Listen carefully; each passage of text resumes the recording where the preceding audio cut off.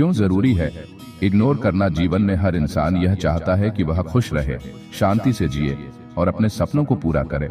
लेकिन सच यह है कि हर दिन हमारे चारों ओर ऐसे लोग होते हैं जो हमें परेशान करते हैं। कोई हमारी बुराई करता है, कोई ताने मारता है, कोई हमारे काम में अड़चन डालता है और कोई हमारी सफलता से जलकर हमें गिराने की कोशिश करता है। अब सवाल यह है कि ऐसे लोगों से कैसे निपटा जाए? क्या हर बात का जवाब देना चाहिए?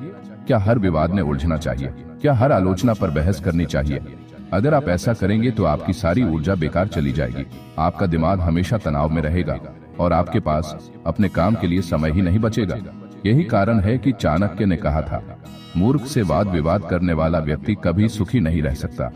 अर्थात जो हर छोटी बात पर प्रतिक्रिया देता है उसका जीवन हमेशा दुखी और उलझा हुआ रहता है।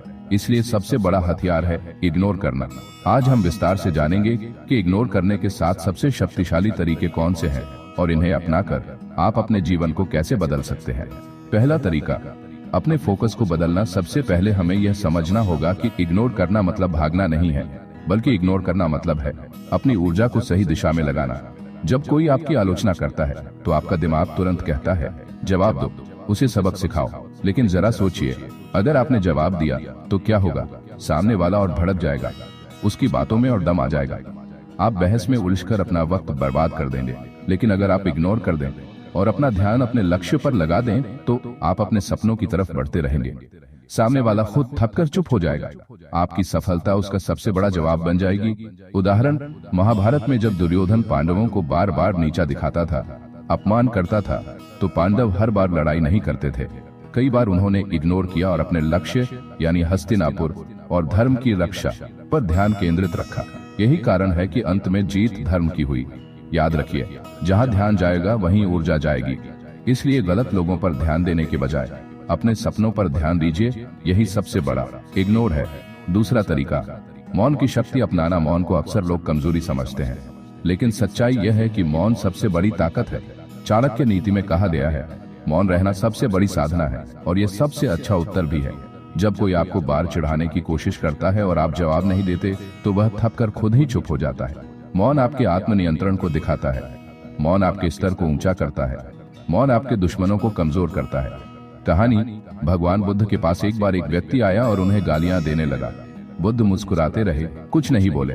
जब वह व्यक्ति थक गया तो बुद्ध ने कहा, भाई, अगर कोई आपको तोहफा दे और आप उसे स्वीकार न करें तो वह तोहफा किसके पास रहेगा? व्यक्ति बोला, देने वाले के पास। बुद्ध ने कहा, ठीक वैसे ही तुम्हारी गालियां मैंने स्वीकार नहीं की, अब वे तुम्हारे पास ही रहेंगी। यही है मौन की शक्ति। जब आप मौन अपनाते हैं तो दूसरों की नेगेटिविटी उन्हीं पर लौट जाती है। तीसरा तरीका, भावनाओं पर नियंत्रण। इग्नोर करना तभी संभव है जब आप अपनी भावनाओं को काबू में रख पाए। गुस्सा इंसान को अंधा बना देता है, दुख इंसान को कमजोर कर देता है और जल्दी प्रतिक्रिया देना इंसान की छवि खराब कर देता है। इसलिए जरूरी है कि आप अपनी भावनाओं के मालिक बने।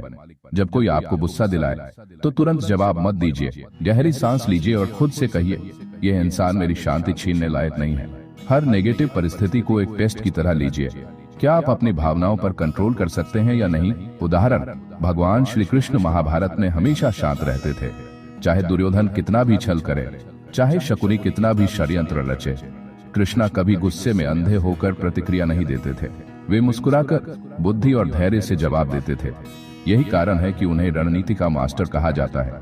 अगर आप भी अपनी भावनाओं को नियंत्रित करना सीख जाएं, तो इग्नोर करना आपके लिए बेहद आसान हो जाएगा। चौथा तरीका, दूरी बना लेना। हर इंसान को आपके जीवन में जगह देने की जरूरत नहीं होती। अगर कोई आपको बार बार नीचा दिखाता है, अगर कोई आपकी तरक्की से जलता है, अगर कोई हमेशा नकारात्मक बातें करता है, तो सबसे अच्छा इग्नोर है उससे दूरी बना लेना। याद रखिए, दूरी का मतलब नफरत नहीं है। दूरी का मतलब है, मैं तुम्हें मेरी शांति छीनने का मौका ही नहीं दूंगा। कहानी, शिवजी जब कैलाश पर्वत पर तपस्या कर रहे थे तो कई राक्षस उन्हें परेशान करने आए, लेकिन शिवजी ने उनसे उलझने के बजाय उन्हें अपनी ऊर्जा से दूर कर दिया। उन्होंने ध्यान तोड़ा ही नहीं। यही है दूरी की ताकत। जब आप ऐसे लोगों से दूर हो जाते हैं तो आपका मन शांत रहता है और आपकी ऊर्जा सही दिशा में लगती है। पांचवा तरीका, खुद को व्यस्त रखना। एक पुरानी कहावत है, खाली दिमाग शैतान का घर। अगर आप फ्री रहेंगे तो लोग आपको परेशान करेंगे और आप उनकी बातों पर ध्यान देंगे, लेकिन अगर आप खुद को व्यस्त रखेंगे तो आपके पास किसी की बुराई सुनने का वक्त ही नहीं होगा। व्यस्त लोग नेगेटिविटी पर ध्यान नहीं देते। व्यस्त लोग सफलता की ओर बढ़ते रहते हैं। व्यस्त लोग आलोचना को अपनी प्रगति का हिस्सा मानकर आगे निकल जाते हैं। उदाहरण, एपीजे अब्दुल कलाम जी को लोग मिसाइल मैन कहते हैं।